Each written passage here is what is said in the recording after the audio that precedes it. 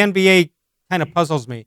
They're targeting May 8th for limited individual workouts. No more than 4 players in the facility at any time. I assume you get your choice when you're going to take the court there based on longevity. So some of the young kids may be taking the court at about 3 in the morning, I would think. No more than 3 or 4 players in the facility at any time. No head coaches or assistant coaches can participate. And group activity remains prohibited. So all you're going to do is have guys shooting jump shots and foul shots, I would think. Yeah, and what do they say about the start of that season then? Well, you're even talking about continuing this season, which I think is an absurdity. Well, yeah, I'm sorry. That's what I meant. When would the restart be then? It doesn't say. I think most teams have anywhere from 15 to 18 games remaining. I just don't see any reason if they do come back, just put 2 teams from the East, 2 teams from the West, and have a 4-team playoff, I think. I mean, does anybody really – do you think anybody cares in Cleveland about watching the Cavaliers for 17 games at this point? No, I mean, I think there was a little bit of interest and momentum that they had built up, and I think that's clearly gone by now. Right. I mean, you'd like to see you don't know what you're seeing. It's almost like exhibition games at that point. You don't know what shape players will be in.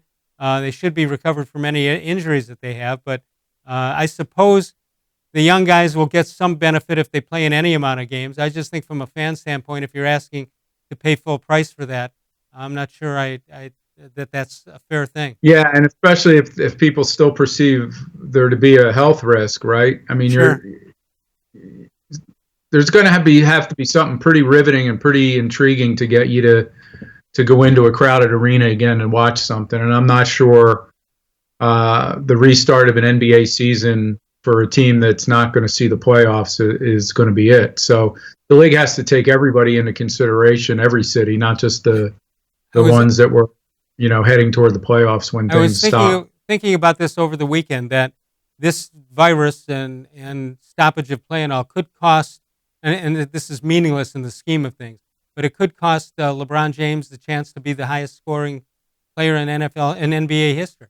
He's about 4,000 points behind Kareem Abdul-Jabbar, and you can do the math on it. If he doesn't, if he loses 17 games here, and you don't count the playoff games, but if you're counting the remaining games, 2, 3, 4 years down the line, that might be the difference in making surpassing Jabbar or not.